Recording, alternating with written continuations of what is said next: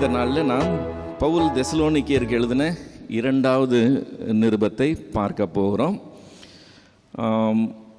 Pavul Corinth பட்டணத்தில் இருந்தப்போ தெசலோனிக்கேயருக்கு எழுதின 1வது நிருபத்தை எழுதி அனுப்பினான் என்று சொல்லி நம்ம பார்த்தோம். பவுலினுடைய 2வது மிஷனரி பிரயாணத்தில் இந்த சம்பவம் நடக்குது. 2வது மிஷனரி பிரயாணம் கொரிந்து பட்டணத்தோடு நிறைவேறுகிற ஒரு காரியம். கொரிந்து பட்டணத்தில் முடிச்சுட்டு இதோட நேராக அவன் எருசலேமுக்கு போயிடுறான். எபேஸ் வழியாக போனால் கூட எபேஸில் ஊழியம் செய்யல, எருசலேம் போயிடறான். ஸோ இது ஒரு நிறைவடைகிற ஒரு சிச்சுவேஷன். இப்போது இந்த கொரிந்து பட்டண ஊழியத்தில் வேறு எங்கேயும் ஊழியம் செய்ததை இதுவரைக்கும் வேறு எங்கேயும் ஊழியம் செய்ததை விட கொஞ்சம் வித்தியாசமான ஊழியம் செய்கிறான். ஏன்னா அவன் அந்தியோகியாவுக்கு போனான், இக்கோனியாவுக்கு போனான், லீஸ்திராவுக்கு போனான், தெர்பைக்கு போனான், பிலிப்பிக்கு போனான், தெசலோனிக்கேக்கு போனான், பெரேயாவுக்கு போனான். இங்கே எங்கேயுமே சில வாரங்களுக்கு மேலாக ஊழியம் செய்த மாதிரி நம்ம பார்க்க முடியாது. ஆனால் கொரிந்து பட்டணத்தில் 1.5 வருஷம் கண்டினியூஸாக அட்ட ஸ்ட்ரெச்சு ஊழியம் செய்கிறான். அதனால் இது விசேஷம். இப்போ இந்த 1.5 வருஷம் ஊழியம் செய்த இந்த கொரிந்து பட்டணத்தில் இருந்து முதல் நிருபம் அனுப்பப்பட்டது. அந்த நிருபம் அனுப்பப்பட்டு 2வது நிருபம் மறுபடியும் தெசலோனிக்கேயருக்கு எழுதப்படுது. இது ஒரு சில மாதங்கள்லேயே அடுத்ததாக உடனே அனுப்பப்படுது. அந்த நிருபத்துக்கு பின்னாலேயே ஒரு சில மாதங்களில் இது அனுப்பப்படுது. இது இம்மிடியட்டாக அனுப்பப்பட்டது அப்படிங்கிறதுக்கு நமக்கு 2 இண்டிகேஷன் இருக்குது இந்த நிருபத்தில். ஒன்று என்னன்னு சொன்னாக்கா, இதை எழுதுகிறவங்க யாருன்னு சொல்லி அறிமுகப்படுத்தும் போது பவுல் தன்னையும் பவுலாகிய நான், தீமோத்தேயு, சில்வானு அப்படின்னு சொல்லி சீலாவை அறிமுகப்படுத்துகிறான். முதல் நிருபத்துலேயும் இவங்க 3 பேர் தான் வருது. 2வது நிருபத்துலேயும் இவங்க 3 பேர் தான் வருது. ஆனால் இந்த 2வது மிஷனரி பிரயாணம் முடித்த பின்னால் சீலா இவங்களுடைய குழுவில் கிடையாது. 3வது மிஷனரி பிரயாணம் புறப்படும் போது சீலா இவங்க மிஷனரி ஊழியத்தில் கிடையாது. அதனால் இந்த பிரயாணம் முடிகிறதுக்கு முன்னாலேயே கொரிந்து பட்டணத்திலேருந்தே இது எழுதப்பட்டிருக்குங்கிறது நமக்கு தெரியுது. சீலா விலகுகிறதுக்கு முன்னாலேயே இவங்களோட இன்னும் இருக்கும்போதே அது எழுதப்படுதுன்றதுக்கு ஒரு இண்டிகேஷன். 2வது காரியம் என்னன்னு சொன்னால், முதல் நிருபத்தில் ஒரு காரியத்தை ரொம்ப அழுத்தமாய் ரொம்ப அவசியமாய் சொல்லுகிறான். என்னது? நித்திரை அடைந்தவர்களை குறித்து நம்பிக்கை இல்லாத மற்றவர்களை போல் நீங்கள் இருக்கக்கூடாது அப்படின்னு சொல்லிட்டு ஆண்டவராகிய இயேசு கிறிஸ்துவனுடைய வருகையை பற்றி பேசிட்டு இந்த வார்த்தைகளால் நீங்கள் ஒருவர் தேற்றுங்கள் என்று சொல்லி முடிக்கிறத நம்ம பார்க்குறோம். அந்த கான்டெக்ஸ்ட், அந்த எந்த சப்ஜெக்ட் அங்கே பேசினானோ அந்த சப்ஜெக்டையே மறுபடியும் இந்த நிருபத்தில் இன்னும் விளக்கமாய் பேசுகிறதை பார்க்குறோம். இப்போ ஒரு காரியம் சொல்லிவிட்டு அடுத்த லெட்டரில் அதே காரியத்தை இன்னும் கொஞ்சம் எக்ஸ்பிளைன் பண்ணி சொல்கிறதுக்கு காரணம் என்னவாக இருக்க முடியும்? முதல் தடவை சொல்லும்போது அது ஒரு தப்பான ஒரு புரிந்து கொள்ளுதல் உண்டாயிருக்கிறதுக்கு வாய்ப்பு இருந்து அது ஒரு கன்ஃபியூஷன் ஏற்படுத்தியிருந்தால் அந்த கன்ஃபியூஷனுக்கு கிளாரிஃபிகேஷன் தேவைப்படுது அப்படின்னும் போது தான் நம்ம 2வது லெட்டரில் அதே காரியத்தை இன்னும் கொஞ்சம் விவரமாக சொல்ல போகிறோம் இல்லையா? ஸோ அந்த லெட்டரில் கன்ஃபியூஷன் வந்திருக்கு, அதை கிளாரிஃபை பண்ண அடுத்த லெட்டர் எழுதணும்னா காலம் தாழ்த்தி எழுதியிருக்க முடியாது, இம்மிடியேட்டாக தான் எழுதியிருக்கணும். ஒரு சில மாதங்கள்லேயே அடுத்த லெட்டர் போயிருக்கணும். ஸோ இந்த 2 இண்டிகேஷன் தான் நமக்கு 1 தெசலோனிக்கேயருக்கு தொடர்ச்சியாக சில மாதங்களில் 2 தெசலோனிக்கேயர் எழுதி அனுப்பப்பட்டதுங்கிறத நாம் புரிந்து கொள்ளுகிறோம். இந்த 2 தெசலோனிக்கேயர் நம்ம வாசிக்கும்போது நீங்கள்லாம் வாசித்துட்டு வந்திருப்பீங்கன்னு நினைக்கிறேன். 3 அதிகாரம் தான், ஒன்று ரொம்ப சுருக்கமான 12 வசனம், 15 வசனம், அது மாதிரி குட்டி குட்டி வசன அதிகாரங்கள் தான். இப்போ இந்த 3 அதிகாரங்களில் பரிசுத்தத்தை பற்றி முதல் நிருபத்தில் பேசினது போல பேசலை. தேவன் நம்மை பரிசுத்தத்திற்கே அழைத்திருக்கிறார், ஆனால் பரிசுத்தம் உள்ளவர்களாக வேண்டும் என்பதே தேவனுடைய சித்தமாக இருக்குது அப்படின்னு சொல்லி அதை பற்றி ரொம்ப அழுத்தி பேசின அந்த டோன் இதில் இல்லை. இது கொஞ்சம் கவனிக்க வேண்டிய ஒரு விஷயம். ஏன்னா இப்போ அதை பற்றி சொல்லி அந்த எஃபெக்ட் இல்லைன்னா இதில் இன்னும் கொஞ்சம் அதிகமாக பேச வேண்டியிருக்கும். இப்போ இதில் பேசவே இல்லைன்னா என்ன அர்த்தம்? அதுக்கு போதுமான அளவுக்கு நல்ல ரிசல்ட் இருந்திருக்கு, அதனால் திரும்ப அதை பற்றி பேச வேண்டிய அவசியம் இல்லைன்னு நம்ம புரிந்து கொள்ளலாம். இப்போ இந்த நிருபத்துக்குள்ளே போனோம்னு சொன்னால் 2 தெசலோனிக்கேயர் 1ஆம் அதிகாரம் முதல் 2 வசனங்களில் வாழ்த்து சொல்லி துவங்குறான். இந்த வாழ்த்து சொல்லி துவங்கும்போது பவுலும் சில்வானும் தீமோத்தேயும் சொல்லி 3 பேரும் நாங்கள் எழுதுகிறோம்னு சொல்லும்போது நம்ம ஞாபகம் வச்சுக்க வேண்டியது 2வது மிஷினரி பயணம் வரைக்கும் தான் சில்வானு என்கிற சீலா கூட இருந்தால், அதுக்கப்புறம் இல்லைங்கிறது நம்ம ஞாபகம் வச்சுக்கணும். அடுத்து நம்முடைய பிதாவாகிய தேவனுக்குள்ளும் கர்த்தராகிய இயேசு கிறிஸ்துவுக்குள்ளும் இருக்கிற தெசலோனிக்கேயர் சபைக்கு எழுதுகிறதாவது, நம்முடைய பிதாவாகிய தேவனாலும் கர்த்தராகிய இயேசு கிறிஸ்துவினாலும் உங்களுக்கு கிருபையும் சமாதானமும் உண்டாவதாக அப்படின்னு சொல்லுகிறோம். இப்போ இந்த வாழ்த்துதலை நம்ம கவனிக்கணும். இது நம்ம 3வது நிருபம் பார்க்குறோம். யாக்கோபு எழுதின பொதுவான நிருபம் பார்த்தோம், தெசலோனிக்கேயருக்கு எழுதின முதல் நிருபம் பார்த்துருக்கிறோம். இப்போ 2வது நிருபத்தை பார்க்குறோம். ஸோ இது 3வது நிருபமாக நம்ம தியானிக்க ஆரம்பிச்சிருக்கோம். ஒவ்வொரு நிருபத்திலையுமே ஆரம்பத்தில் வாழ்த்து இருக்குது, முடிவில் ஆசீர்வாதம் இருக்குது. கர்த்தர் உங்களை ஆசீர்வதிப்பாராக அப்படின்னு சொல்லி ஆசீர்வாதம் இருக்குது. நம்ம இந்த வாழ்த்தையும் இந்த ஆசீர்வாதத்தையும் ஒவ்வொரு நிருபத்தில் கவனித்தாலும் பிதாவாகிய தேவன் பேர் வருது. கர்த்தராகிய இயேசு கிறிஸ்துன்னு சொல்லி குமாரனாகிய தேவனுடைய பேர் வருது. ஆனால் பரிசுத்த ஆவியானவர் பேர் வரலை. இதுவரைக்கும் பார்த்ததில் வரலை. அது கொஞ்சம் நோட் பண்ணிக்க வேண்டியிருக்கு. இன்றைக்கி நம்ம வாழ்த்துதல் சொன்னோம்னா நிச்சயமாக 3 பேரையும் சேர்த்து தான் வாழ்த்துதல் சொல்லுவோம். ஆசீர்வதித்தோம்னாலும் நிச்சயமாக 3 பேரையும் சேர்த்து தான் 3 பேருடைய நாமத்தினால்தான் ஆசீர்வதிப்போம். ஆனால் வேதத்தில் நிருபங்களில் அப்போஸ்தலர் எழுதும்போது வாழ்த்துதல் சொல்லும்போதும் சரி, ஆசீர்வதிக்கும் போதும் சரி, அவங்க 2 நாமங்கள் தான் யூஸ் பண்ணுறாங்க. 3வது நபருடைய நாமத்தை அவங்க யூஸ் பண்ணலை. சும்மா இது நம்ம நோட் பண்ணிக்குவோம். அது என்ன ஏதுங்கிறது வேறு காரியம், அது அப்புறம் பார்க்கலாம். ஸோ இப்போ தெசலோனிக்கேயருடைய ஆவிக்குரிய நிலைமை எப்படி இருக்குது?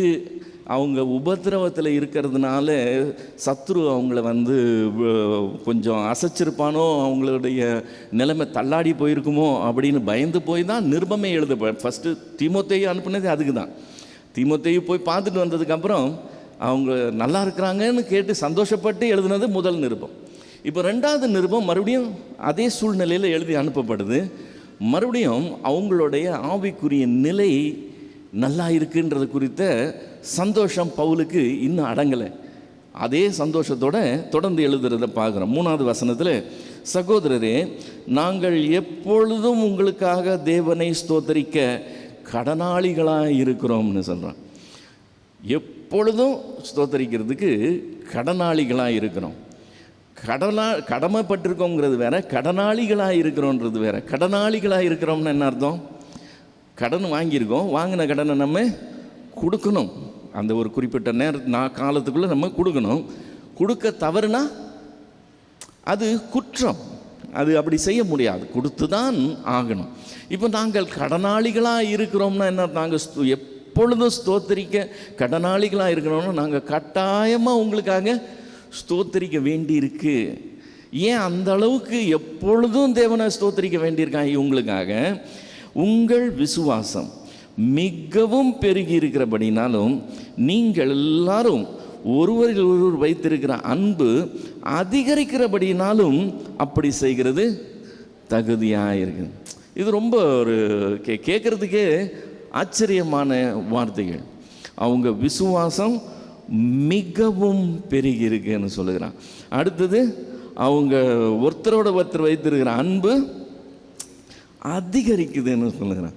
இப்போ இந்த மிகவும் அதிகரிக்கிறது, மிகவும் பெருகி இருக்கிறது அப்படிங்கிற இந்த வார்த்தையை நம்ம புரிந்து கொள்ளணும்னா, வீட்டில் செடி வளர்த்தோம்னு வச்சுக்கோங்களேன், தொட்டியில் வச்சு வளர்த்திங்கன்னா அதோடைய வேர் தொட்டிலேருந்து புறப்பட்டு கீழெல்லாம் போய் எல்லா பக்கமும் போகும். பார்த்துருக்கீங்களா? நம்ம தொட்டிக்குள்ளே தான் இருக்கும், ஆனால் அதனுடைய வேர் எல்லா பக்கமும் போகும். ஸோ அந்த செடி ஆக்சுவலாக என்ன பண்ணுது? மிகவும் பெருகுது, அதிகமாக வளருது. அந்த கண்ணோட்டத்தில் சொல்லப்படுகிற வார்த்தை. எதிர்பார்ப்பை விட, நினைச்சதை விட இவங்கக்கிட்ட இருக்கிற குரோத்து அந்த அளவுக்கு சந்தோஷத்தை கொடுக்குற ஒரு பெரிய குரோத்தாக இருக்குது. அளவுக்கு மிஞ்சின ஒரு வளர்ச்சியாய், ஒரு என்ன சொல்கிறது, விருத்தியாய் அது இருக்கிறது அவன் பார்த்து ரொம்ப சந்தோஷப்பட்டு சொல்லுகிறான். இப்போ 4வது வசனத்திலிருந்து அவங்களுடைய சூழ்நிலையின் மத்தியில் அவங்க இதை செய்கிறாங்கங்கிறத குறிப்பிட்டு பேசுகிறான். அந்த சூழ்நிலை சாதகமான சூழ்நிலை இல்லை. பவுல் தெசலோனிக்கே பட்டணத்தை விட்டு ஓடி வர்றதுக்கு காரணம் என்னது? அங்கே இருக்கிறவங்க எல்லாம் எழும்பி அவன் இருந்த வீட்டையே சுற்றி பிடிச்சி அவனை பிடிக்கணும்னு பார்த்தாங்க, பிடிக்க முடியல. கடைசியில் யாசோனை பிடிச்சி அவங்ககிட்ட ஜாமீன் வாங்கி பவுலை அந்த ஊரை விட்டு வெளியேற்றுறாங்க. பவுல் அங்கேருந்து வெளியே வர வேண்டிய சூழ்நிலை வருது. ஸோ உபத்திரவம் ஸ்டார்ட் ஆகுது. அது பவுல் வெளியே வந்தப்புறம் அடங்கின மாதிரி தெரியல. முதல் நிருபத்தில் பவுல் அவங்களுக்கு உபத்திரவத்தை பற்றி பேசுகிறான். யூதேயாவில் இருக்கிறவங்க தங்கள் சொந்த ஜனத்தினால உபத்திரவப்பட்டது மாதிரி நீங்களும் உங்கள் சொந்த ஜனத்தினால உபத்திரவப்படுறீங்க. நாங்கள் உங்கள் மத்தியில் இருந்தப்போ இப்படி வரும்னு உங்களுக்கு சொன்னோம் அப்படின்லாம் சொல்லி முதல் நிருபத்தில் சொல்கிறத பார்க்குறோம். இப்போ இன்னும் ஒரு 2-3 மாதம் ஆயிருக்கு. கொஞ்சமாவது காம் டவுன் ஆயிருக்கா அப்படின்னு சொல்லி பார்த்தோம்னா இன்னும் அவங்க உபத்திரவ சூழ்நிலை தான் இருக்கிறாங்க. ஆனால் அவங்க அன்பு, அவங்களுடைய விசுவாசம் ரெண்டுமே அதிகரிக்கிறதாகவும் மிகவும் பெருகிறதமாக இருக்குது இந்த சூழ்நிலையில். அதுதான் அதில் பியூட்டி. ஒரு பாதகமான சூழ்நிலையில், எதிர்மறையாக இருக்கிற சூழ்நிலையில் அவங்களுடைய அன்பும் விசுவாசமும் அப்படி பெருகுது. 4வது வசனத்தில் நீங்கள் சகிக்கிற சகல துன்பங்களிலும் உபத்திரவங்களிலும் பொறுமையையும் விசுவாசத்தையும் காண்பிக்கிறது நிமித்தம் உங்களை குறித்து நாங்கள் தேவனுடைய சபைகளில் மேன்மை பாராட்டுகிறோம் என்று சொல்லுகிறோம். ஸோ அவங்க விசுவாசத்தையும் பொறுமையும் வெளிக்காட்டுறாங்க. எந்த சூழ்நிலையில் காட்டுறாங்க? சகல துன்பங்களிலும் உபத்திரவங்களிலும் விசுவாசத்தையும் பொறுமையையும் அவங்க காட்டுறாங்க. அது இவங்க கேள்விப்பட்டு மக்கதோனியாவிலையும் அகாயாவிலும் இருக்கிற மற்ற சபைகளில் இவங்களை பற்றி மேற்கோள் காட்டி பெருமையாக சொல்லக்கூடிய அளவுக்கு அவங்களுடைய இந்நிலை இருக்குன்னு சொல்லி அவங்கள பாராட்டுகிறான்.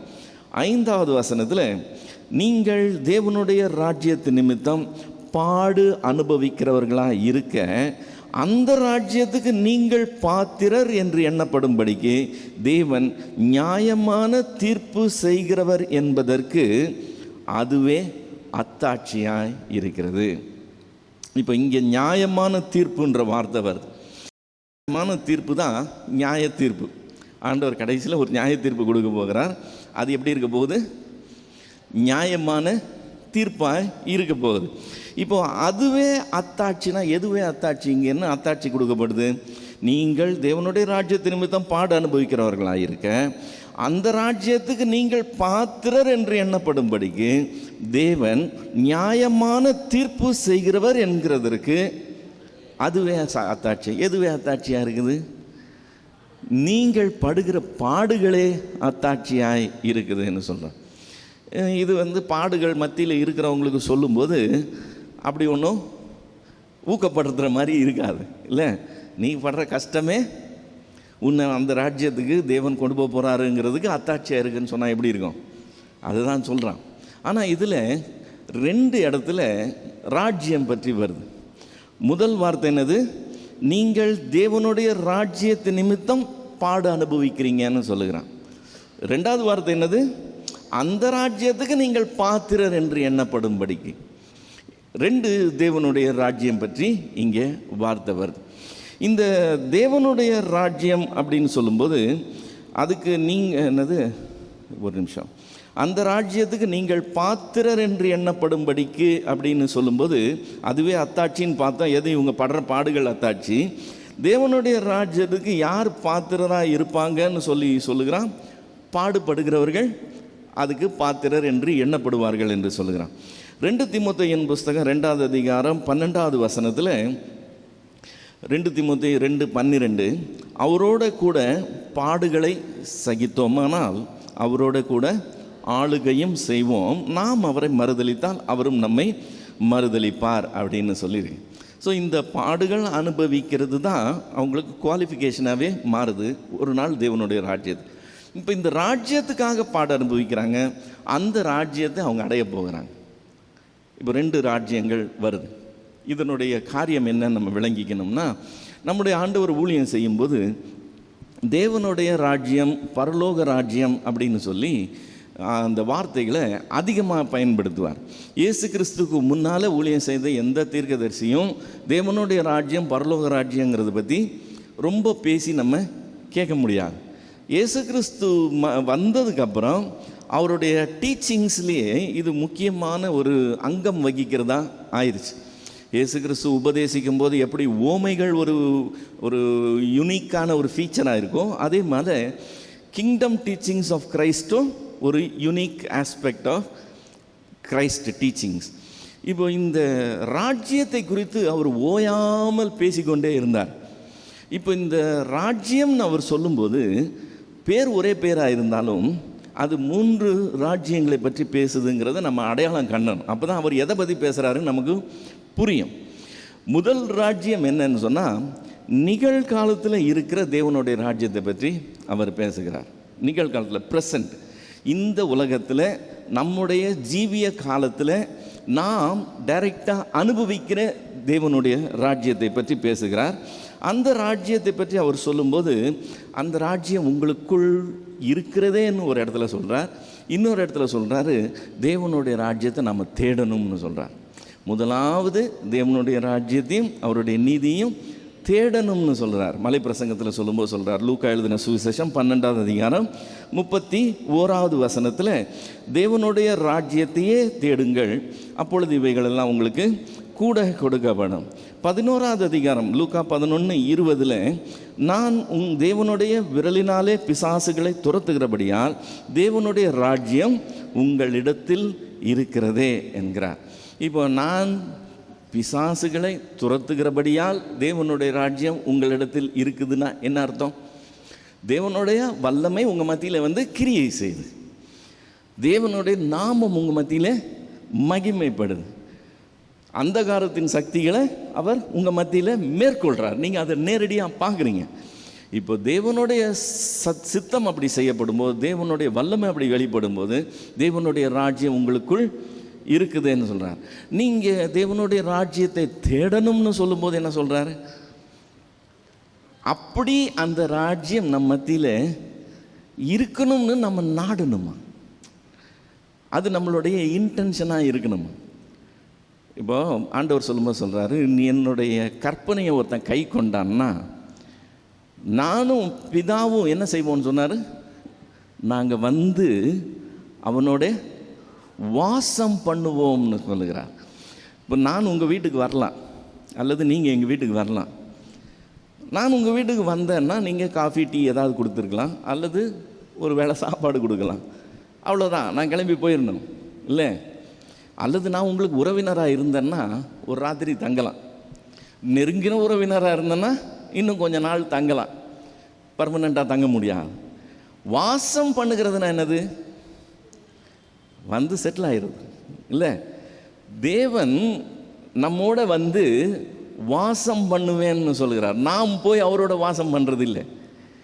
நாம் அவருடைய கற்பனைகளை கை கொண்டு, அவரிடத்தில் அன்பு கூர்ந்து அவருடைய கற்பனைகளை நாம் கை கொண்டோம்னா பிதாவாகிய தேவனும் குமாரனாகிய தேவனும் நம்மோடு கூட வாசம் பண்ணுவார்களாம். அப்படி தேவன் நம்மோட வாசம் பண்ணுனா நம்ம வீடு எப்படி இருக்கும்னு கொஞ்சம் இமேஜின் பண்ணி பாருங்க. நம்ம வீடு பெரிய வீடு, சின்ன வீடு, நம்ம வீடு ஒரு என்ன சொல்கிறது, முக்கியமான ஒரு லொக்காலிட்டியில் இருக்குது, அல்லது ஊரை விட்டு கொஞ்சம் தள்ளி ரொம்ப அப்படி ஒன்றும் இம்பார்ட்டண்ட் இல்லாத ஒரு இடத்துல இருக்குது. அதை பற்றியெல்லாம் பேசலை. நம்ம அரண்மனையில் இருக்கிறோமா குடிசையில் இருக்கிறோமான்னு பேசலை. நீ அன்பு கூர்ந்து அவரிடத்துல அவருடைய கற்பனையில் கை கொண்டா நாங்கள் அவனோட வாசம் பண்ணுவோம்னு சொல்லுகிறார். இப்போ நம்மளுடைய முதலமைச்சர் எங்கள் வீட்டில் வாசம் பண்ணுறாருன்னு சொன்னால் எங்கள் வீடு எப்படி இருக்கும்? அவர் விவிவிஐபி சமுதாயத்தில் நம்பர் 1. அந்த நம்பர் 1 எங்கள் வீட்டிலேயே அட்ரஸில் இருக்கிறார். அப்போ எங்கள் வீடு பெருசாக சின்னதாக பற்றி இல்லை, சோன்சோ இருக்கிறதுனால எங்கள் வீடு என்ன ஆயிடுது? ரொம்ப முக்கியமான ஒரு ஸ்தலமாக மாறிப்போ. நாம் தேவன் மேலே அன்பு கூர்ந்து அவருடைய கற்பனைகளை கை கொள்றவங்களாக இருந்தோம்னா, நம்ம வசதியானவங்க வசதி குறைஞ்சவங்க பெரிய வீடு சின்ன வீடுன்றதெல்லாம் இல்லையா, அவர் வாசம் பண்ணுவார். அப்படி அவர் வாசம் பண்ணுறாருன்னா அது சாதாரண காரியம் கிடையாது. செக்ரட்டேரியட்டுக்கு எங்கள் வீட்டிலேருந்து தான் அவர் புறப்பட்டு போகிறார், அசம்பிளிக்கு எங்கள் வீட்டிலேருந்து தான் புறப்பட்டு போகிறார், சாயங்காலம் முடிஞ்சால் எங்கள் வீட்டுக்கு தான் திரும்பி வருவார். எப்படி இருக்கும்? இப்போ தேவன் எங்கள் வீட்டில் இருக்கிறாருன்னா எப்படி இருக்கும்? உங்கள் சொந்தக்காரங்க யாராவது உங்கள் வீட்டுக்கு வந்து கொஞ்ச நாள் இருந்துட்டு திரும்பி போனாங்கன்னா அவங்க சொல்லணும், அது ஒரு குட்டி பரலோகம்னு சொல்லணும். ஏன்னா தேவன் நம்ம மத்தியில் வாசம் பண்ணுனா அது அப்படி தான் இருக்கும். ஸோ இந்த தேவனுடைய ராஜ்யத்தை நாம் தேடணும். எப்படி தேடணும்? அவருடைய சித்தத்தை நான் செய்கிறவனாய் இருக்கணும், அவருக்கு வசனத்துக்கு நான் கீழ்ப்படுகிறவனாய் இருக்கணும். அப்படி இருந்தேன்னா என் எல்லை அவருடைய ராஜ்யத்தின் பகுதியாக மாறி போகுது. இந்த தேவனுடைய ராஜ்யத்தை நாம் தேடி நாம் அனுபவிக்கணும். செத்தப்புறம் பரலோகத்துக்கு போகிறோம், செத்தப்புறம் ஆண்டவரை பார்க்குறோங்கிறது ஃப்யூச்சரில் வரப்போகிற ஒரு எதிர்காலத்து குறித்த ஒரு நம்பிக்கையான ஒரு காரியம். ஆனால் அந்த நம்பிக்கைக்கு என்ன கேரண்டி தெரியுங்களா? அதில் ஒரு சின்ன சாம்பிளை இன்றைக்கி நான் அனுபவிக்கிறது தான் கேரண்டி. இயேசு என்னோட இருக்கிறாருங்கிறத நான் அனுபவிச்சேன்னா தான் நான் இயேசுவோட இருக்கிறது எப்படி இருக்கும்னு எனக்கு தெரியும். இந்த அனுபவமே இல்லைன்னா எப்படி இருக்கும்? இந்த தேவனுடைய ராஜ்யத்தை நாம் ஒவ்வொருவரும் நம்முடைய எல்லைகளுக்குள்ளே காணணும். நாம் அந்த ராஜ்யத்தை அனுபவிக்கணும். நாம் அவரோட அந்த ஐக்கியத்தில் அப்படி இருக்கணும். அதை நாம் முதலாவது தேடணும்னு சொல்கிறார். எதை சாப்பிடுவோம், எதை உடுப்போம், என்னத்தை குடிப்போம்னு தேடாத. அதெல்லாம் ஊரில் இருக்கவங்களாம் தேடுவாங்க. நீங்கள் எதை தேடணும்? தேவன் என்னோட இருக்கணும்னா நான் என்ன செய்யணும்? தேவன் என்னுடைய இல்லத்தில் அவர் வாசம் பண்ணணும்னா நான் எப்படிப்பட்டவங்களாம் இருக்கணும்? நான் எப்படி அவருக்கு பிரியமாக இருக்கணும்? ஸோ அந்த நோக்கத்தோடு ஒரு ஜீவனம் பண்ணும்போது, அவர் அப்படி நம்மளோட இருக்கும்போது நாம் தேவனுடைய ராஜ்யத்துக்கு, அதாவது நமக்குள்ள தேவனுடைய ராஜ்யம் இருக்கிறதாயும் நாம் அதை அனுபவிக்கிறவர்களாயும் இருப்போம். இது எந்த காலத்தில் உள்ளது? தற்காலத்தில் உள்ளது, நிகழ்காலத்தில் உள்ளது, நம்மளுடைய லைஃப் டைமில் நம்ம பார்த்து அனுபவிக்கிற ஒரு காரியம். ரெண்டாவது தேவனுடைய ராஜ்யத்தை பற்றி நம்முடைய ஆண்டவர் சொல்கிறார். இது கொடுக்கப்படும் ராஜ்யம் என்று சொல்லி சொல்கிறார். இந்த கொடுக்கப்படும் ராஜ்யம் அவர் ஒரு நாள் ஸ்தாபிக்க போகிறார். அந்த ராஜ்யத்தை நமக்கு கொடுக்க போகிறார். ஓகே, மத்தேயு எழுதின சுவிசேஷம் 6வது அதிகாரம் 10வது வசனத்தில் அவர் பரமண்டலங்களில் இருக்கிற எங்கள் பிதாவே உம்முடைய நாமம் பரிசுத்தப்படுவதாக, உம்முடைய ராஜ்யம் வருவதாகன்னு சொல்கிறார். இப்போ இந்த வரணும் என்று சொல்லி நாம் ஏக்கம் கொள்ளணுங்கிற ஒரு காரியம், அது வர்றதுக்காக நாம் எதிர்பார்க்கணும் என்கிற ஒரு காரியம். உம்முடைய ராஜ்யம் வருவதாக நிகழ்காலத்தில் சொல்லப்படல, இது பின்னாடி வரப்போகிறத நாம் எதிர்பார்க்குறோம், வாஞ்சிக்கிறோம். உம்முடைய ராஜ்யம் வருவதாக அப்படின்னு சொல்லி இதை பற்றி ஆண்டவர் லூக்கா எழுதின சுவிசேஷம் 12வது அதிகாரம் 32வது வசனத்தில் சொல்கிறார். லூக்கா 12:32, பயப்படாதே சிறுமந்தையே, உங்களுக்கு ராஜ்யத்தை கொடுக்க உங்கள் பிதா பிரியமாக இருக்கிறார். இந்த நிகழ்காலத்தில் நீங்கள் எப்படிப்பட்டவங்களாக இருக்கிறீங்க? சிறு மந்தையாக இருக்கிறீங்க, இன்சிக்னிஃபிகண்ட்டாக இருப்பீங்க, ஒன்றும் பெருசாக ஒன்றும் கிடையாது. பயப்படாத, சிறு மந்தை தான், நீ பயப்படாத. பிதா உங்களுக்கு என்ன செய்ய போகிறார்? ராஜ்யத்தை உங்களுக்கு கொடுக்க போகிறார்னு சொல்கிறார். இப்போ இந்த ராஜ்யத்தை பற்றி போதுமான அளவு வேதத்தில் கொடுக்கப்பட்டிருக்கு. நம்ம முதல்ல எங்கே பார்க்குறோம்னு சொன்னால், நேபுகாத்நேச்சார் ஒரு கனவு காண்றான். அந்த கனவு தானியேல் தீர்க்கதரிசியின் புஸ்தகம் 2வது அதிகாரத்தில் இருக்குது. அவன் என்ன நினச்சிக்கிட்டு படுத்தானா, இனி என்ன நடக்க போகுது அப்படின்னு சொல்லி அவன் தெரிஞ்சிக்க விருப்பப்பட்டு படுத்து தூங்குறான். கர்த்தர் அவனுக்கு ஒரு கனவு கொடுக்குறார். அதில் இனி என்ன சம்பவிக்க போகுதுங்கிறத அவனுக்கு ஒரு கனவில் காண்பிக்கிறார். அதுக்கு அர்த்தம் அவனுக்கு புரியல. அதனால் அதை தானியேல் அவனுக்கு விளக்குகிறான். அதில் ஒரு சிலை இருக்குது, பொண்ணு இருக்குது, அதுக்கப்புறம் இது வெண்கலம் இருக்குது, இப்படியே ஒன்று ஒன்றா போகுது. கடைசியில் களிமண்ணும் இரும்பும் உள்ள பாதம் இருக்குது. ஒரு பெரிய கல் ஒன்று புறப்பட்டு வந்து உருண்டு வந்து இது எல்லாத்தையும் தகர்க்குது. தானியேல் சொல்லும்போது, தானியேல் 2வது அதிகாரம் 44-45 வசனங்களில், தானியேல் 2:44 45. அந்த ராஜாக்களின் நாட்களிலே பரலோகத்தின் தேவன் என்றென்றைக்கும் அசையாத ஒரு ராஜ்யத்தை எழும்ப பண்ணுவார். அந்த ராஜ்யம் வேறே ஜனத்துக்கு விடப்படுவதில்லை. ஒரு கல் கையால் பெயராமல் மலையிலிருந்து பெயர்ந்து உருண்டு வந்து இரும்பையும் வெண்கலத்தையும் களிமண்ணையும் வெள்ளியையும் பொன்னையும் நொறுக்கினதை நீர் கண்டீரே, அப்படியே அது இந்த ராஜ்யங்களை எல்லாம் நொறுக்கி நிர்மூலமாக்கி தானோ என்றென்றைக்கும் நிற்கும்.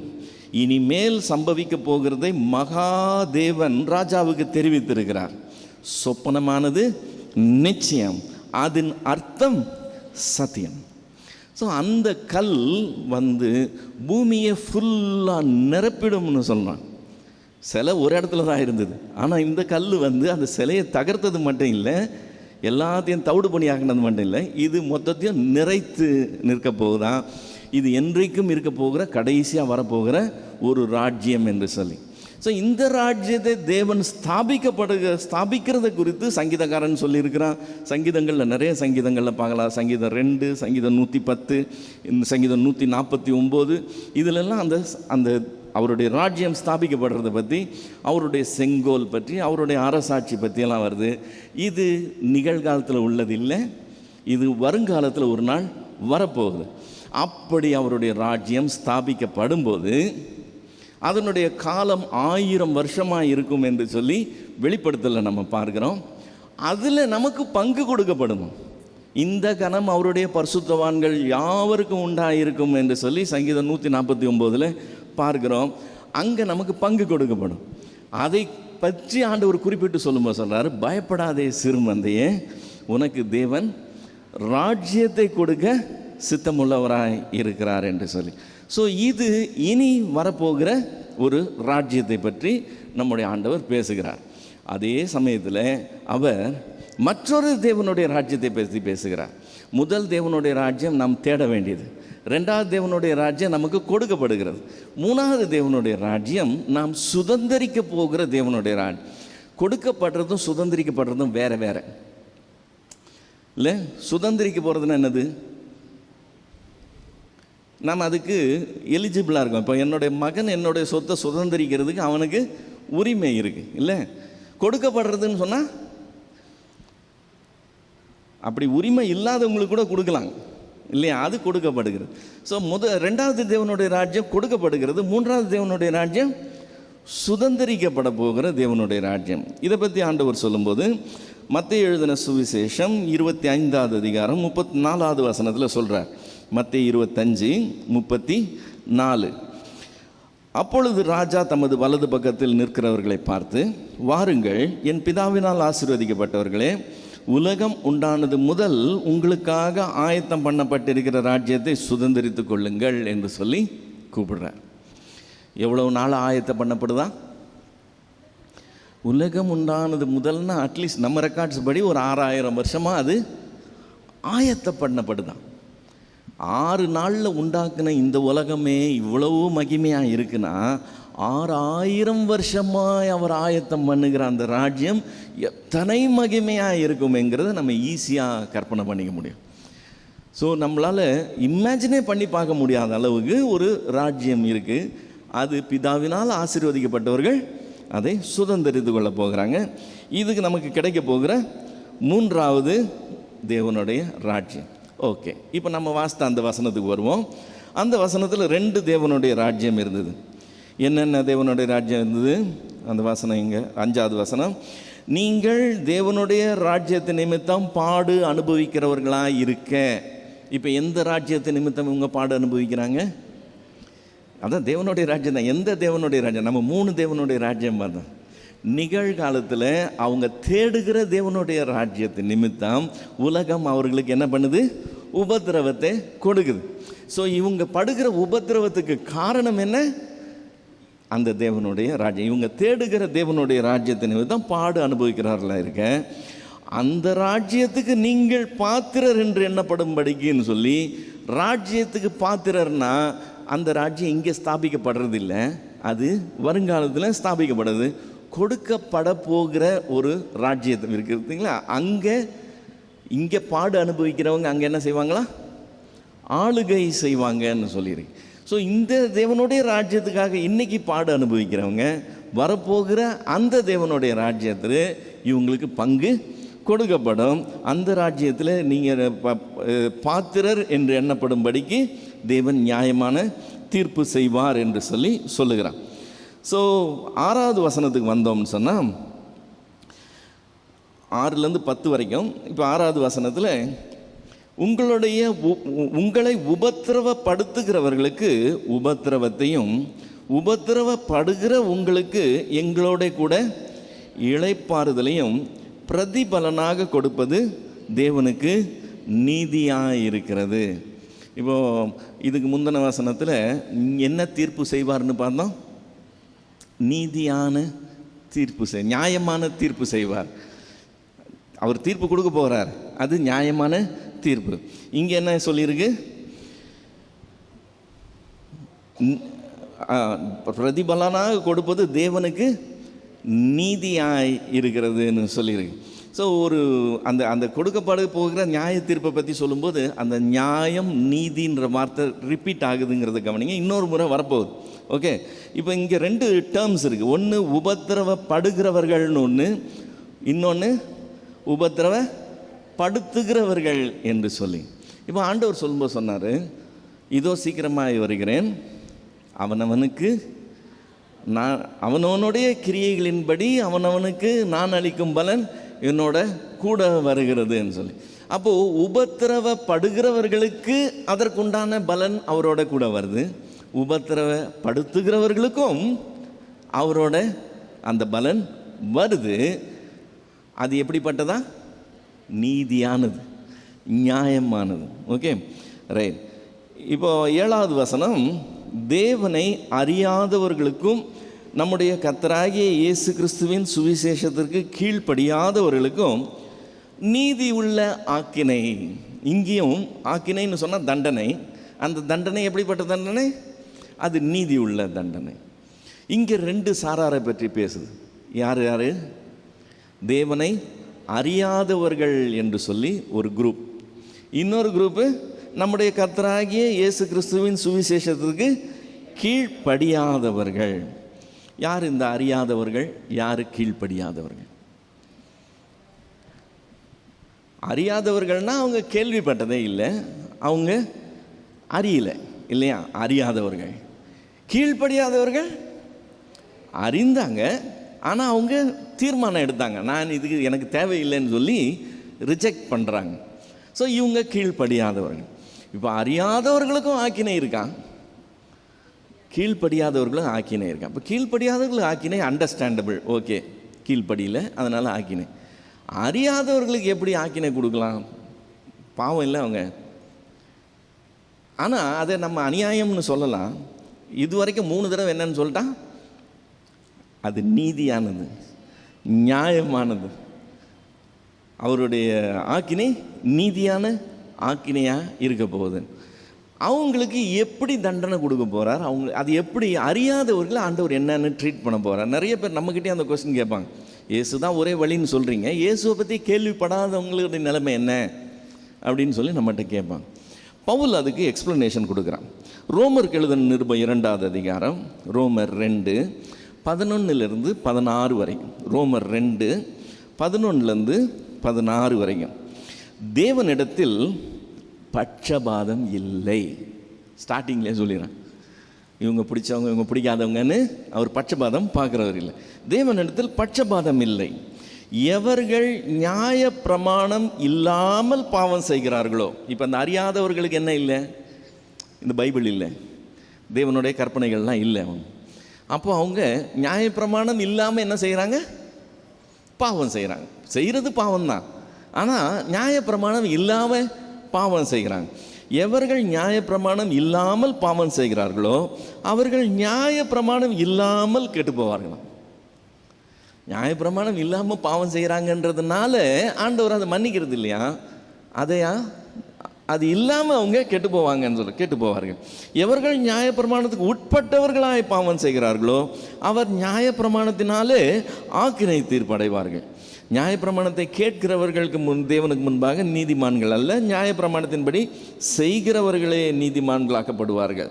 அன்றியும் நியாயப்பிரமாணம் இல்லாத புறஜாதிகள் சுபாவமாய் நியாயப்பிரமாணத்தின்படி செய்கிற போது நியாயப்பிரமாணம் இல்லாத அவர்கள் தங்களுக்கு தாங்களே நியாயப்பிரமாணமாய் இருக்கிறார்கள். அவர்களுடைய மனசாட்சியும் கூட சாட்சியிடுகிறதுனாலும் குற்றம் உண்டு, குற்றம் இல்லை என்று அவர்களுடைய சிந்தனைகள் ஒன்றை ஒன்று தீர்க்கிறதுனாலும் நியாயப்பிரமாணத்துக்கு ஏற்ற கிரியை அவர்கள் இருதயங்களில் எழுதியிருக்கிறது என்று காண்பிக்கிறார்கள். என்ன சொல்ல வருகிறான்? தேவனை அறிந்தவர்கள்னு ஒரு குரூப் இருக்கு, அறிந்து கீழ்ப்படியாதவர்கள். ஓகே, தேவனை அறியாமல் இருந்து கீழ்ப்படியாமல் இருக்கிறவங்க. இப்போ அறியாமல் இருந்து கீழ்ப்படியாமல் இருந்தால் கூட அவங்களுடைய மனசாட்சி என்று சொல்லி ஒன்று இருக்கான். அது என்ன சொல்லுமா? குற்றம் உண்டு, குற்றம் இல்லைன்னு அது தீர்க்கிறதா இருக்கான். அது இல்லைன்னு யாருமே சொல்ல முடியாது. இது மனுஷனுக்கு மட்டும்தான் இருக்கு. ஒரு உதாரணம் சொல்லணும்னா, ஒரு இருட்டான ஒரு சந்து இருக்குன்னு வச்சுக்கோங்களேன். ராத்திரி நேரம் நீங்கள் தனியாக நடந்து வரீங்க, அந்த இருட்டான சந்து உங்களுடைய சேஃப்டியே உங்களுக்கு கேள்விக்குறியாக இருக்குது. நம்ம பத்திரமா வீடு போய் சேரணுமே அப்படின்னு சொல்லி, அப்படி நீங்கள் உங்களை குறித்து பயந்து நடந்து வரும்போது ஐயோ காப்பாற்றுன்னு சொல்லி ஒரு சத்தம் கேட்குது. உங்கள் மனசு ஆட்டோமேட்டிக்காக என்ன சொல்லும்? ஐயோ யாருக்கு என்ன கஷ்டமோ, என்ன போய் உதவி செய்யணும்னு சொல்லும். ஆனால் இன்னொரு மனசு என்ன சொல்லும்? அங்கே என்ன சூழ்நிலையோ நீ போய் தலையை விட்டு மாட்டிக்காத, முதல்ல நீ சேஃபாக போயிரு, அதுக்கப்புறம் வேணால் ஆட்களை கூட்டிகிட்டு வந்து என்னன்னு பார்க்கலான்னு இன்னொன்று சொல்லும். இப்போ நீங்கள் எந்த சொல்லுக்கு கீழ்ப்படிய போகிறீங்க? சிலர் இதுக்கு கீழ்ப்படிவாங்க, சிலர் இதுக்கு கீழ்ப்படிவாங்க. ஓகே, இப்போ நீங்கள் ரெண்டாவது சத்தத்துக்கு கீழ்ப்படிஞ்சு விட்டுட்டு ஓடி வந்துட்டீங்கன்னு வச்சுக்கோங்களேன். வீட்டுக்கு வந்த அப்புறம் சேஃப் ஆகிட்டீங்க. ஆனால் உங்கள் மனசு என்ன சொல்லும்? நீ செஞ்சிருக்கக்கூடாது, நீ செஞ்சது தப்பு, நம்மை வாதிக்கும். இப்போ இதே சூழ்நிலையில் ஒரு நாய் நடந்து வருதுன்னு வச்சுக்கோங்க. அந்த நாய் இருட்டில் நடந்து வருது. திடீர்னு இன்னொரு நாய் ஓலமிடுற சத்தம் கேட்குது. அந்த நாய் நின்று ஒரு நிமிஷம் யோசிக்கும், போகலாமா வேணாமான்னு. அப்புறம் பயந்து ஓடி வந்துருச்சுன்னு வச்சுக்கோங்களேன்.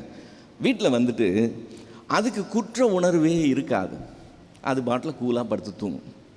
நம்மளால் தூங்கவே முடியாது. அந்த சத்தம் நம்ம துணிச்சிக்கிட்டே இருக்கும். நம்ம மனசு நமக்கு சொல்லிக்கிட்டே இருக்கும், நீ செஞ்சது தப்பு, நீ செஞ்சது. அதுதான் மனுஷனுக்கும் மிருகத்துக்கும் இருக்கிற பெரிய வித்தியாசம். இதுக்கு பேர் வேதம் சொல்லுது, மனசு சொல்கிற சாட்சியா. குற்றம் உண்டு, குற்றம் இல்லைன்னு அது சொல்லுமா. இப்போ நியாய பிரமாணம் கையில் இருந்து குற்றம் இல்லை நமக்கு தெரிகிறது இல்லாமல் சுபாவத்தின் படியே குற்றம் இல்லைங்கிறது நமக்கு தெரியும். இப்போ இவங்களுடைய மனசே இவங்களை குற்றம் சாட்டுமா, இவங்க செஞ்சது தப்பு அப்படின்னு சொல்லி. அப்போ தேவன் ஒரு நாள் நியாயம் தீர்க்கும் போது அறியாதவர்களும் ஆக்கினைக்கு போக போகிறாங்க, கீழ்ப்படியாதவர்களும் ஆக்கினைக்கு போக போகிறாங்க. இப்போ பவுல் சொல்கிறது இது கரெக்டு தான் எப்படி நமக்கு தெரியுமா? இப்போ தெரியாது. அவனே என்ன சொல்லுகிறான்? அடுத்த வசனம், என் சுவிசேஷத்தின்படியே தேவன் இயேசு கிறிஸ்துவை கொண்டு மனுஷருடைய அந்தரங்கங்களை குறித்து நியாய தீர்ப்பு கொடுக்கும் நாளிலே இது விளங்கும். அப்போ தெரியும். அன்னைக்கே பவுல் சொன்னான்டா அப்படின்னு அன்னைக்கு தெரியும்னு பவுல் எழுதி வைத்திருக்கிறார். ஸோ அறியாதவர்களும் உண்டு, கீழ்ப்படியாதவர்களும் உண்டு. அறியாதவர்களை தேவன் ஆக்கினைக்குள்ளே தீர்க்கிறது நமக்கு அநியாயம் போல தெரிஞ்சாலும் அது நீதி உள்ள ஆக்கினைன்னு சொல்லியிருக்கு, நியாயமான தீர்ப்புன்னு சொல்லியிருக்கு. ஆக்சுவலாக ஒருத்தர் சொல்லும்போது இப்படி சொன்னார், அன்னைக்கு டேட்டில் கம்ப்ளைண்ட்டே இருக்காதான், என்ன அதுக்குள்ளே போடாதீங்க நான் நிரபராதின்னு ஒருத்தர் கூட அப்பீலே பண்ண மாட்டாங்களாம். ஏன்னா பரிசுத்தம் உள்ள தேவன் முன்னாடி நிற்கும்போது நாம் எவ்வளோ அசுத்தம் உள்ளவங்கன்னு தேவனை அறிஞ்சவங்களாக இருந்தாலும் சரி அறியாதவங்களாக இருந்தாலும் சரி அப்பீலே கிடையாது. அந்த தீர்ப்பு நியாயமான தீர்ப்புன்னு ஒவ்வொருத்தரும் அங்கீகரிக்கிற ஒரு தீர்ப்பாக தான் அது இருக்க போகுது. இப்போ நாமும் கூட உள்ளே போகிறது நம்மளுடைய கிரியையினால் போகிறது இல்லை, இயேசு கிறிஸ்து நமக்காக நிறைவேற்றின அந்த நீதியின் நிமித்தம் நாம் தேவனுக்கு முன்பாக நீதிமான்கள் ஆகிறோம் ஒழிய நாம் ஏதோ சாதித்து உள்ளே போகிறது இல்லை. ஸோ அந்த நியாய தீர்ப்பு நாள் அன்னைக்கு அறியாதவர்களுக்கும் ஆக்கினை இருக்குது, கீழ்ப்படியாதவர்களுக்கும் ஆக்கினை இருக்குது. இப்போ 9வது வசனத்துக்கு வந்தோம் சொன்னால், முதல் அதிகாரம் 9வது வசனம், அந்த நாளிலே தம்முடைய பரிசுத்தவான்களில் மகிமைப்படத்தக்கவராகவும் நீங்கள் எங்களுடைய சாட்சியை விசுவாசித்தபடியினாலே உங்களிடத்திலும் விசுவாசிக்கிறவர்கள் எல்லாரிடத்திலும் ஆச்சரியப்படத்தக்கவராகவும் அவர் வரும்போது அப்படின்னு சொல்லுகிறான். இப்போ இங்கே 2 குரூப் காமிக்கிறேன். ஒன்று பரிசுத்தவான்கள் என்கிற குரூப், இன்னொரு குரூப்பு விசுவாசித்தவர்கள் என்கிற ஒரு குரூப். இப்போ பரிசுத்தவான்கள் மத்தியில் அவர் என்னவா வருவாரா? மகிமைப்படுகிறவராய் வருவாரா. விசுவாசிக்கிறவர்களிடத்தில் ஆச்சரியப்படுகிறவராய் வருவார். இப்போ பரிசுத்தவான்கள் இடத்தில்னு சொல்லும்போது இந்த செய்தியை கொண்டு போய் ப்ரெசன்ட் பண்ணுறாங்க பார்த்தீங்களா, அவங்க இதை அறிந்து பேசுகிறாங்க. கிறிஸ்து தெய்வம் என்று சொல்லியும் அவர் நியாயம் தீர்க்க வரப்போகிறார் என்று சொல்லியும் அந்த வருகை இப்படி இருக்க போகுது என்று சொல்லியும் தெரிஞ்சு ப்ரெசன்ட் பண்ணுறாங்க. இந்த அறிவிக்கப்பட்டதை கேட்டு சிலர் விசுவாசிக்கிறாங்க இல்லையா? இப்போ அறிவித்தவங்க இதை அறிந்து சொன்னதுனால அவர் வரும்போது இவங்க சொன்னதெல்லாம் கரெக்டாக இருந்ததுன்னு சொல்லும்போது அவர்கள் மத்தியில் இவர் மகிமைப்பட்டவராக வருகிறார். இவங்க சொன்னதை கேட்டு விசுவாசித்தவங்களாக இருக்கிறாங்க பார்த்தீங்களா, அவங்க அதை பார்க்கும்போது அவங்களுக்கு அது ஆச்சரியமாக இருக்கும். மறுபடியும் அந்த வசனத்தை வாசிக்கிறேன். அந்நாளிலே தம்முடைய பரிசுத்தவான்களில் மகிமைப்படத்தக்கவராயும் நீங்கள் எங்களுடைய சாட்சியை விசுவாசித்தபடினாலே உங்களிடத்திலும் விசுவாசிக்கிறவர்கள் எல்லாரிடத்திலும் ஆச்சரியப்படத்தக்கவராகவும் அவர் வரும்போது அவர்கள் கர்த்தருடைய சன்னிதானத்திலிருந்தும் அவருடைய வல்லமை பொருந்திய மகிமையிலிருந்தும் நீங்களாகி நித்திய அழிவாகிய தண்டனையை அடைவார்கள். யார் இந்த அவர்கள்? அந்த 2 குரூப். அறியாதவர்களாக இருந்து பாவம் செய்தவர்களும் கீழ்ப்படியாமல் இருந்து பாவம் செய்தவர்களும் அவர்கள் என்ன தண்டனை அடைய போகிறாங்களா? நித்திய அழிவு. அந்த அழிவு நித்தியமான அழிவு, நித்திய அழிவு. அதை தண்டனையாக தேவன் கொடுக்க போகிறார்.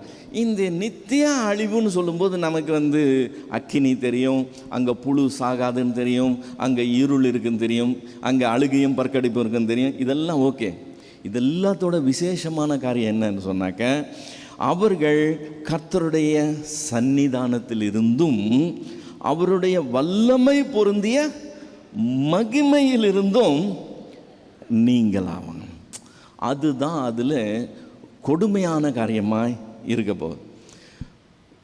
தேவ கிருபை நிறைந்த ஒரு சூழ்நிலையில் நம்ம இருக்கிறோம்.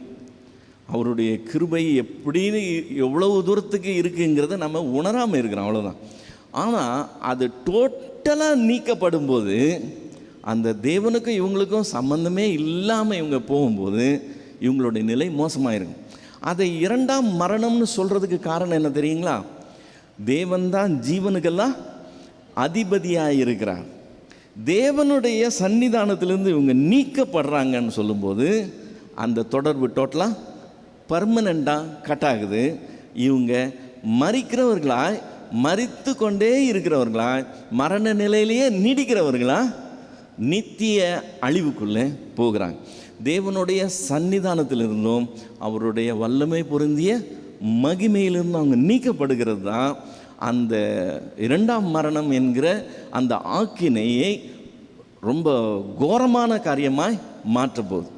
இல்லை, நான் கஷ்டம் இருந்தாலும் கிருபை இருக்கும்போது அது வேற மாதிரி. அந்த கிருபையே இல்லாமல் கஷ்டப்படும் போது அதனுடைய சூழ்நிலையே வேற. ஸோ அதுதான் அவங்க அங்கே அனுபவிக்க போகிறது. கடைசி 2 வசனங்களில் பவுல் ஒரு ஜெபத்தோடு முடிக்கிறத நம்ம பார்க்கிறோம். என்னன்னு சொல்லி ஜெபிக்கிறான். ஆகையால் நம்முடைய தேவனும் கர்த்தராகிய இயேசு கிறிஸ்துவும் அளிக்கும் கிருபையின்படியே நம்முடைய கர்த்தராகிய இயேசு கிறிஸ்துவின் நாமம் உங்களிடத்திலும் நீங்கள் அவரிடத்திலும் மகிமைப்படும் பொருட்டாக நம்முடைய தேவன் உங்களை தமது அழைப்புக்கு பாத்திரவான்களாகவும் தமது தயவுள்ள சித்தம் முழுவதையும் விசுவாசத்தின் கிரியையும் பலமாய் உங்களிடத்தில் நிறைவேற்றவும் வேண்டும் என்று எப்பொழுதும் உங்களுக்காக வேண்டிக் கொள்கிறோம். சொன்னதை இப்போ கொஞ்சம் திரும்பி சொல்லு. நீ என்ன சொல்கிற இப்போ? இதுதான் பவுலுடைய ஸ்டைலு. எப்பொழுதும் உங்களுக்காக வேண்டிக் கொள்வோம், சரிதான். இப்போ எங்கேயோ ஆரம்பித்து எங்கேயோ வந்து முடிக்கிற மாதிரி இல்லை. அப்போ நம்ம என்ன செய்ய வேண்டியிருக்குது? பவுல் சொன்னதை கொஞ்சம் தனித்தனியாக பிரித்து இப்போ என்ன தான் சொல்ல வருகிறான் என்கிறத நம்ம கவனிக்க வேண்டியது. என்ன சொல்லுகிறான்? கிருபை அளிக்கிறார். யாரெல்லாம் கிருபை அளிக்கிறார்? தேவன் கிருபை அளிக்கிறார். கர்த்தராகிய இயேசு கிறிஸ்து கிருபை அளிக்கிறார். ஓகே, இப்போ இந்த கிருபையின் படியே தெசலோனிக்கேயருக்கு தேவன் 2 காரியம் செய்யணும் என்று சொல்லி வேண்டிக் கொள்கிறான். தேவனும் கர்த்தராகிய இயேசு கிறிஸ்துவும் அளிக்கும் கிருபையின் படியே நம்முடைய கர்த்தராகிய இயேசு கிறிஸ்துவின் நாமம் உங்களிடத்திலும் நீங்கள் அவரிடத்திலும் மகிமைப்படும்படி பொருட்டாக 2 காரியம் செய்யணுமா.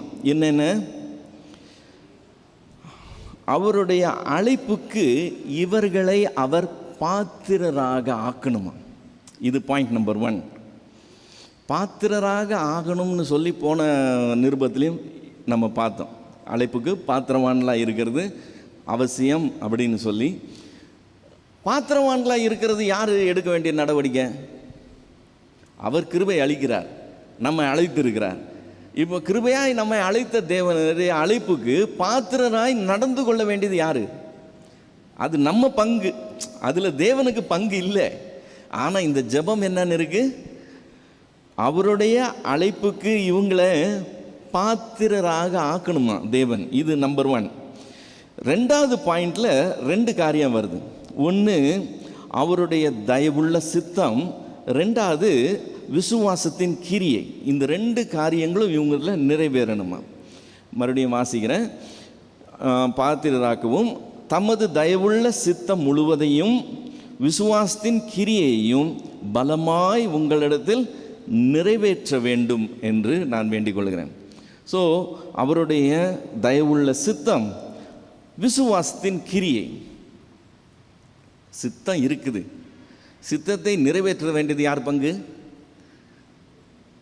நம்ம பங்கு இல்லையா? அதே மாதிரி விசுவாசத்தின் கிரியை யார் செய்யணும்? நாம் தான் செய்யணும். ஸோ தயவுள்ள சித்தத்தை நிறைவேற்றுறது நாம் தான், விசுவாசத்தின் கிரியையை செய்கிறதும் நாம் தான். இப்போ இந்த 2 காரியத்தையும் அவர் இவங்களில் நிறைவேற்றணும் என்று சொல்லி வேண்டிக் கொள்ளுகிறான். இப்போ நான் மறுபடியும் வாசிக்கிறேன், கொஞ்சமாவது புரியுதான்னு பார்ப்போம். ஆகையால் நம்முடைய தேவனும் கர்த்தராகிய இயேசு கிறிஸ்துவும் அளிக்கும் கிருபையின்படியே நம்முடைய கர்த்தராகிய இயேசு கிறிஸ்துவின் நாமம் உங்களிடத்திலும் நீங்கள் அவரிடத்திலும் மகிமைப்படும் பொருட்டாக நம்முடைய தேவன் உங்களை தமது அழைப்புக்கு பாத்திரராகவும் தமது தயவுள்ள சித்தம் முழுவதையும் விசுவாசத்தின் கிரியையும் பலமாய் உங்களிடத்தில் நிறைவேற்றவும் வேண்டும் என்று எப்பொழுதும் உங்களுக்காக வேண்டிக் கொள்கிறோம். கேட்ட 3 காரியங்களும் என்னது? நாம் செய்ய வேண்டியது தான், அவர் செய்கிறது இல்லை. ஸோ தெசலோனிக்கேயர் செய்ய வேண்டியதை தேவன் செய்யணும்னு சொல்லி நான் வேண்டிக் கொள்கிறேன்னு சொல்லுகிறான். அப்படின்னா என்ன அர்த்தம்? இவங்க செய்கிறதற்கு தேவன் இவங்களுக்கு வேண்டிய ஒத்தாசை உதவிகளை கொடுத்து ஊக்கப்படுத்தி இவங்களை அந்த டைரக்ஷனில் தேவன் நடத்தணும் என்கிற விருப்பத்தை இவன் தேவனிடத்தில் வெளிப்படுத்துகிறான். ஓகே, ஸோ இங்கேயும் கூட 2 பேருடைய நாமம் தான் பயன்படுத்தப்படுது. பிதாவாகிய தேவனும் கர்த்தராகிய இயேசு கிறிஸ்துவின் நாமம், இயேசு கிறிஸ்துவும் என்கிற 2 பேருடைய நேம் தான் பயன்படுத்தப்படுது. ஸோ இதோட இந்த அதிகாரம் நிறைவேறுது. ஆக்சுவலாக இதை எப்படியாவது கொஞ்சம் ஷார்ட் பண்ணி 2வது அதிகாரத்தை சேர்த்து கொண்டு வந்துடணும்னு யோசித்தேன். ஆனால் 2வது அதிகாரம் கொஞ்சம் என்ன சொல்கிறது, கொஞ்சம் டெப்த் அதிகம். அதை அப்படி கொண்டு வரவே முடியாது. அப்படிப்பட்ட ஒரு சாப்டராக இருக்கிறதுனால அதை வேறு வழி இல்லை, தனியாக வைக்க வேண்டியதான சூழ்நிலை. சரி, இப்போ இது வரைக்கும் நம்ம முடித்துக்கொள்வோம். இன்றைக்கி ஏதாவது டவுட்ஸ் இருந்தால் கேட்டு கிளியர் பண்ணிக்கோங்க.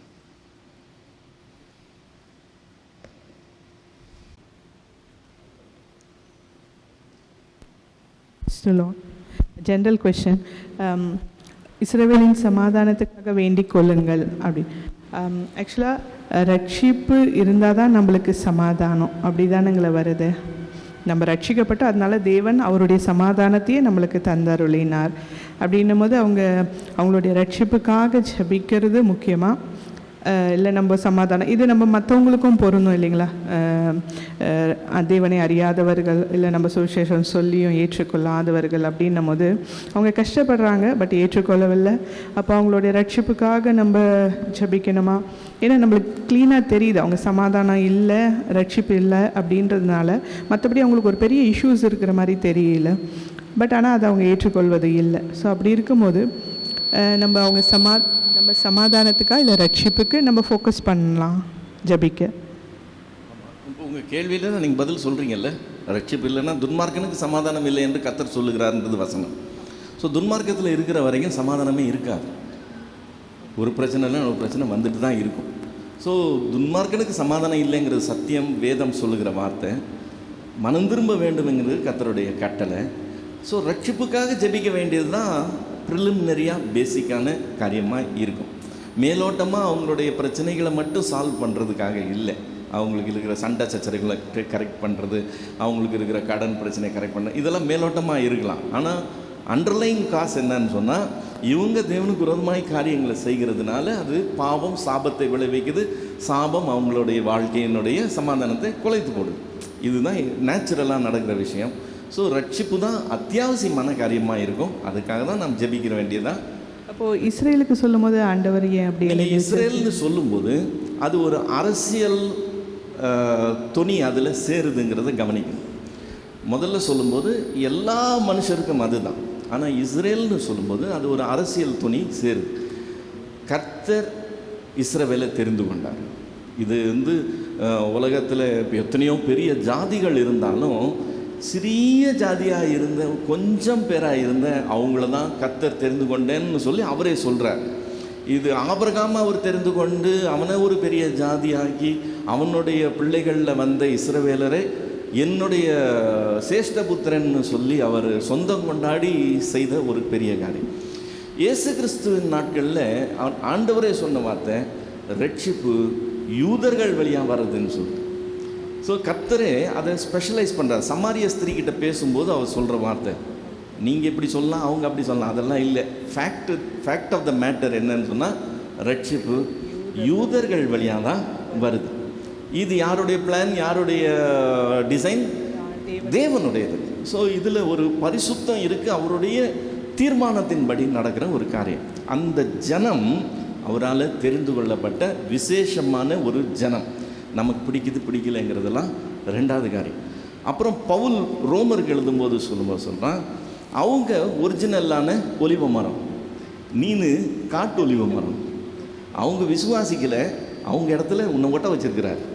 ஒட்ட வச்ச உனக்கே இவ்வளவு தூரத்துக்கு செய்கிறாருன்னு சொன்னால் ஒரிஜினல் மரத்துக்கு எவ்வளவு செய்வாருன்னு சொல்லி அவங்கள ஓரம் தள்ளாமல் அவங்களுக்கு தேவனுடைய பார்வையில் இன்னும் முக்கியத்துவம் இருக்குன்னு சொல்லி பவுல் சொல்கிறதே பாருங்கள். இன்றைக்கி கொஞ்சம் பேர் எழும்பி என்ன சொல்கிறாங்க, இஸ்ரவேல் அரசியல் படி தான் இஸ்ரவேலுங்கிற ஒரு ஜாதி, ஒரு நாடு, அதெல்லாம் ஆவிக்குரியபடி பார்த்தா நாம் தான் யூதர்கள், நாம் தான் இஸ்ரவேலர்கள். அந்த ஆசீர்வாதங்கள் எல்லாம், அந்த வாக்குத்தத்தங்கள் எல்லாம் நமக்கு சுதந்திரமானது, அது அவங்களுக்கு ஸ்பெஷலைஸ் பண்ண முடியாது அப்படின்னு சொல்லி போதிக்கிறதை நம்ம பார்க்குறோம். ஒரு வகையில் அது கரெக்டாக இருக்கலாம். ஆனால் நாம் அவங்கள ரீப்ளேஸ் பண்ண முடியாது. தேவன் பார்வையில் அவங்க ஆல்வேஸ் ஸ்பெஷல். எப்படி ஆல்வேஸ் ஸ்பெஷல்னு நான் சொல்கிறேன்னு சொன்னால், 19 நூற்றாண்டுகளாய் உலகமெங்கும் சிதறடிக்கப்பட்டிருந்தவங்க 19 நூற்றாண்டுகள் கழித்து எல்லாருடைய கண்களுக்கு ஆச்சரியப்படுற விதத்தில் ஒரு நாட்டை தோற்றுவிக்கிறாங்க. அது மட்டும் இல்லை, நோபல் பரிசு பெற்றவர்களுடைய பட்டியல் பார்த்திங்கன்னா அத்தனை யூதர்கள் இருக்கிறத நம்ம பார்க்க முடியும். கண்டுபிடிப்புகள்னு பார்த்திங்கன்னா இன்றைக்கி வரைக்கும் நம்ம யூஸ் பண்ணுற கம்ப்யூட்டர் முதற்கொண்டு அதனுடைய எல்லா காரியங்களிலுமே யூதர்களுடைய பங்களிப்பு பெரும் வகையில் இருக்கிறத நம்ம பார்க்க முடியும். ஏதோ ஒரு விதத்தில் தேவன் அவங்கள ரொம்ப ஸ்பெஷலாக யூஸ் பண்ணுறார். தேவன் பார்வையில் ஸ்பெஷலாக இருக்கும்போது நாம் அதில் பற்றி வாயை கொடுக்கும்போது கொஞ்சம் உஷாராக பேசுறது நல்லது. ஸோ தேவன் அவர்களோட நின்று அவங்களுக்காக பெரிய காரியங்களை செஞ்சு நடத்தி வருகிறத நம்ம பார்க்கும்போது நாம் அதை ரெக்கக்னைஸ் பண்ணுறவங்களா இருக்கணும். ஒரேடி அதை அவங்க துன்மார்க்கமாக தான் இருக்கிறாங்க. அவங்க இயேசுவை தெய்வம்னு இன்னும் ஏற்றுக்கொள்ளலை. எருசலேம்லேயே நீங்கள் போய் இயேசு யாருன்னு கேட்டிங்கன்னா நிறைய பேருக்கு இயேசு யாருன்னே தெரியல. அதுதான் ஃபேக்ட். இன்றைக்கி சென்னையில் எப்படி இயேசு யாருன்னு தெரியல, அதேமாதிரி எருசலேம்லேயே இயேசு யாருன்னு தெரியாதவங்க தான் யூதர்களாக அங்கே இருக்கிறாங்க. அதெல்லாம் உண்மைதான். அவங்க நிராகரிக்கிறாங்க, இயேசுவை நிராகரிக்கிறாங்க. கிறிஸ்துவை கொலை செய்தவங்களே அவங்க தான். மார்ட்டின் லூத்தர் ரொம்ப அவங்கள எதிர்த்து ஒரு புக்லெட்டே போட்டார் யூதர்களுக்கு எதிர்த்து.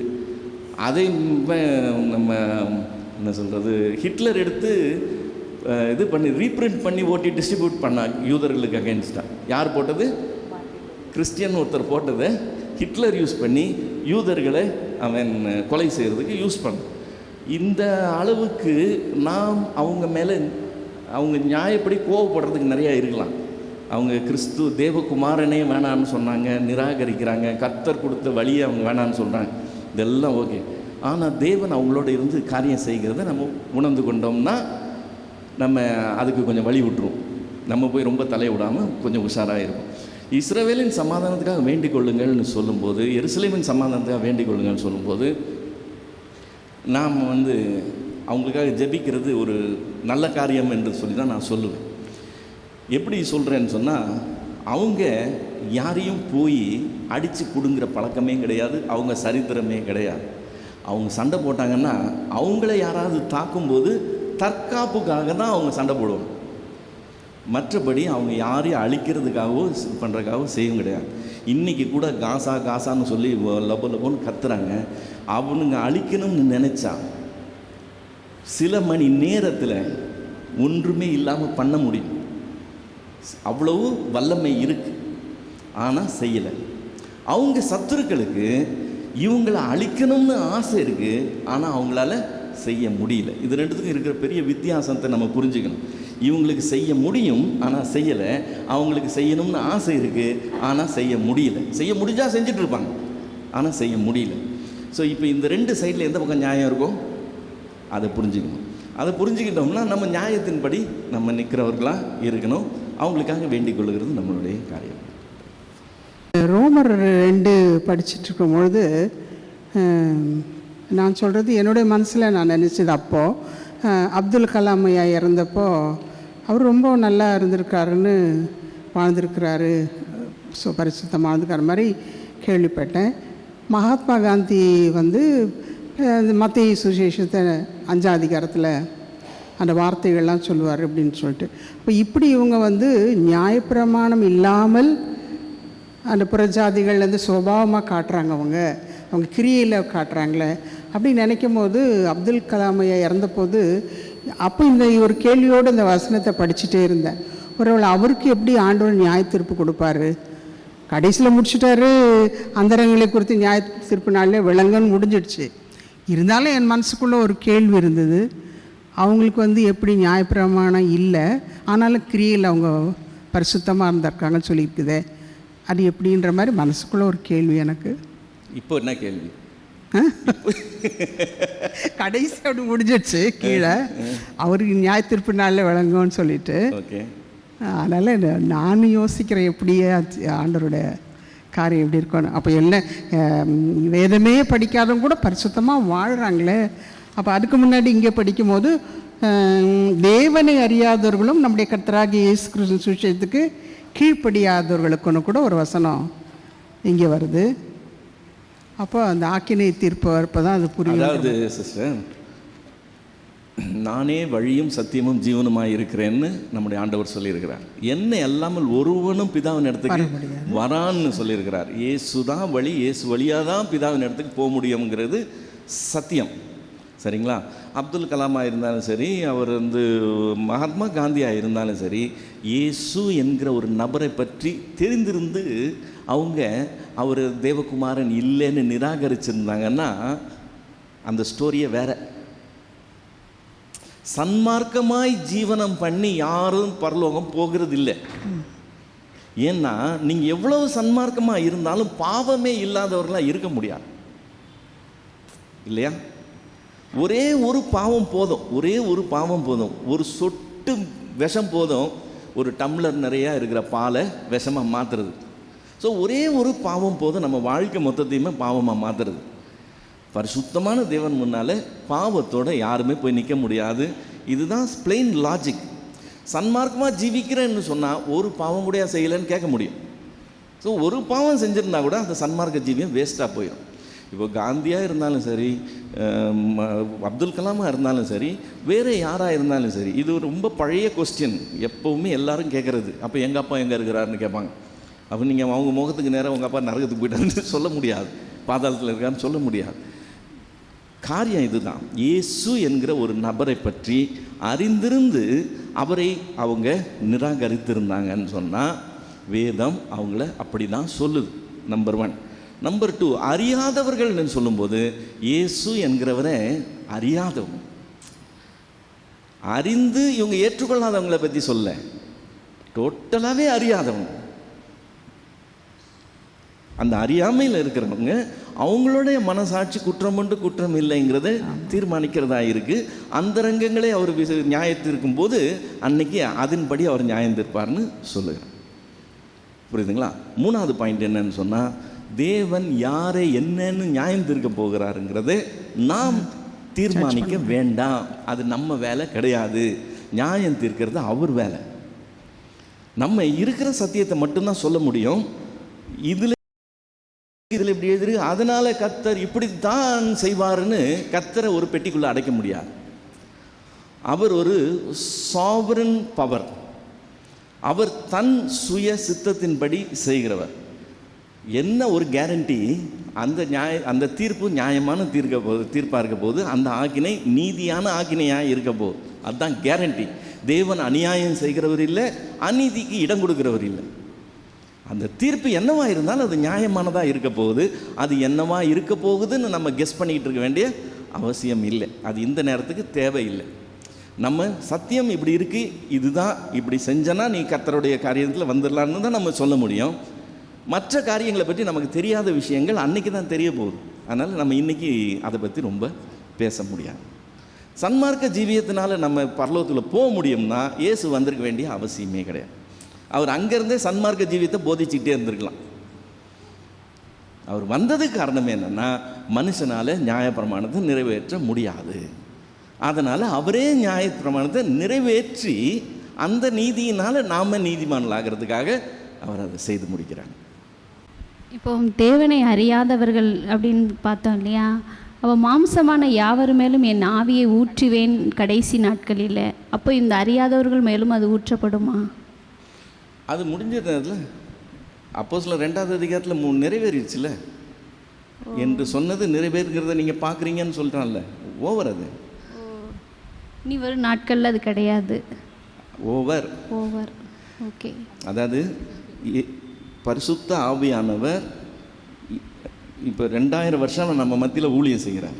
பாவத்தை குறித்தும் நீதியை குறித்தும் நியாய தீர்ப்பை குறித்தும் கண்டித்து உணர்த்துகிற ஊழியத்தை இயேசு கிறிஸ்து நம்மகிட்டேருந்து எடுக்கப்பட்ட நாள் முதற்கொண்டு அவர் செய்கிறார். அதை செய்கிறதுக்கு அவர் இறங்கி வந்தார்ல, அந்த ஒரு நாள் தான் அந்த அப்போஸ்தலர் 2வது அதிகாரம்.